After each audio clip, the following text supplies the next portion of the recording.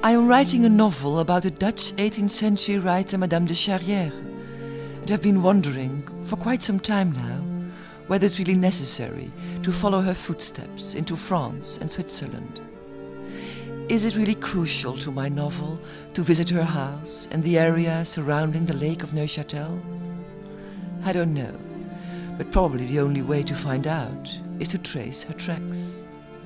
Besides, it would help to know a little more about the identity of her secret lover, the one who caused such a deep emotional crisis in her life that summer of 1785 that she remained seriously ill for several months and withdrew completely from the world. Perhaps in Switzerland I can discover some new evidence that has been overlooked so far.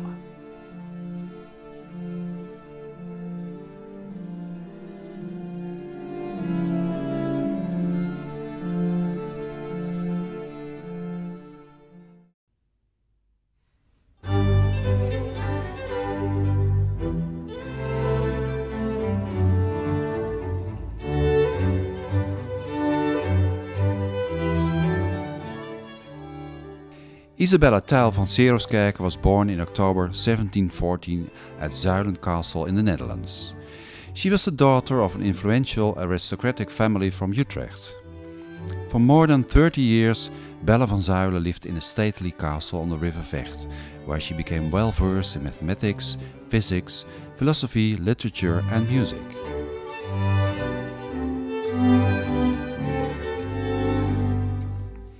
At the age of 20, at a ball in The Hague, Bella van Zuilen met her first great love, Captain Constant Dermange, with whom she maintained a clandestine correspondence for many years.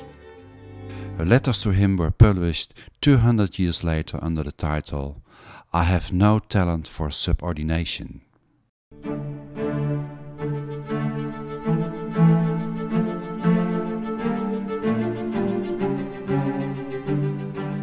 In 1771, following years of unsuccessful courtships and suitors, Bella van Zuilen finally married her brother's former Swiss tutor, Charles de Charrière. They settled in the small village of Colombier on Lake Neuchâtel, where she would live until her death in 1805.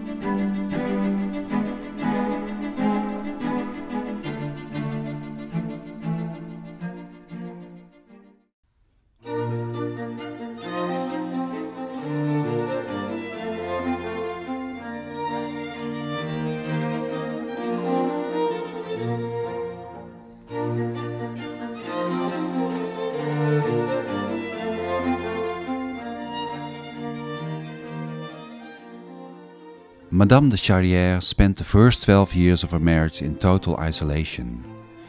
She lived with her husband and her two unmarried sisters at Le Pontet, a country mansion in the small village of Colombier, and knew just a few of the neighbors and intellectuals from Neuchâtel. She barely wrote during these years. Her time was spent peeling pears and seeing to other daily household tasks. She was often very ill and would visit one Swiss spa after another. According to a family friend, Charrière, loneliness and an unfulfilled desire to be passionately loved made her desperately unhappy.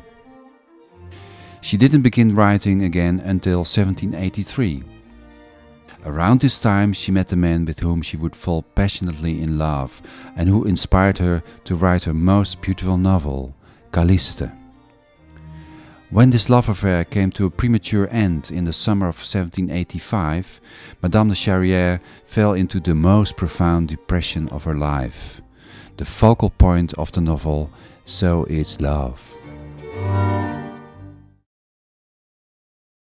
Having travelled around Colombier, we are visiting now the library in Neuchâtel, where all of Madame de Charrière's manuscripts and letters are kept.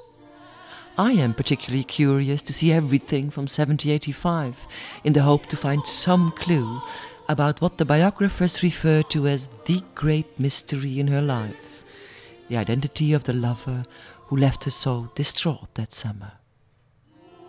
I know that at the time she was working on a libretto about Penelope, and I'd like to have a look at those papers. The archivist, Marie-Antoinette Schmidt, has shown us everything they have, but the one manuscript I'm looking for seems to be missing.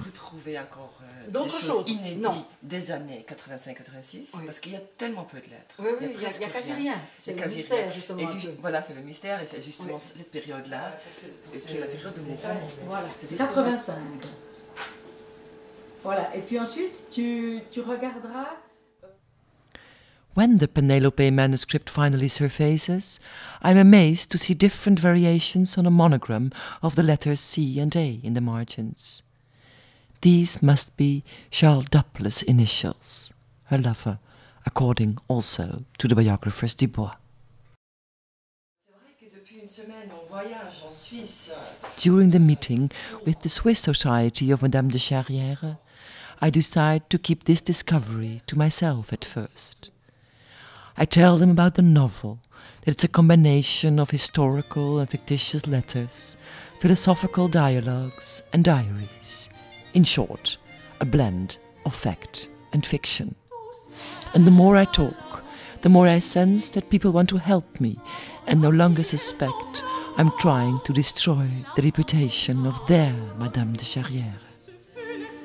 The same day, in a novel by Benjamin Constant, one of Bella's closest friends, I discover a previously missed but significant reference to the banker Charles Duple.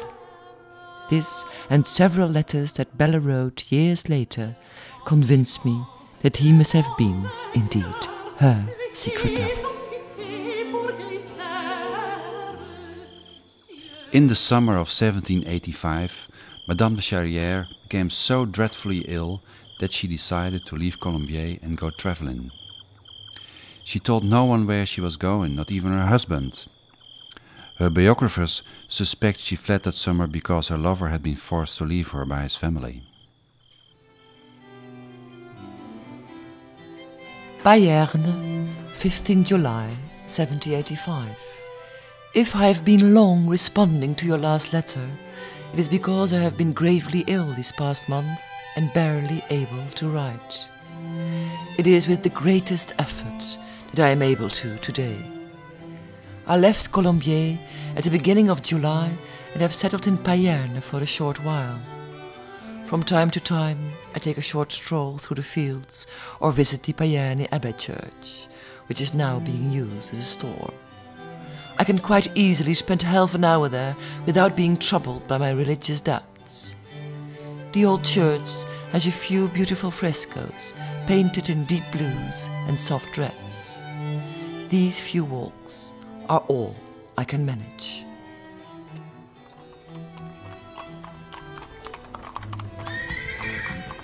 In the novel So Is Love, Bella travels to Paris for several weeks in order to visit the miracle healer and alchemist Count Cagliostro, who is both condemned as well as admired for his miraculous cures. 2 years earlier in Strasbourg, he has helped cure her terrible headaches. Now at her wit's end, she decides to seek his advice again.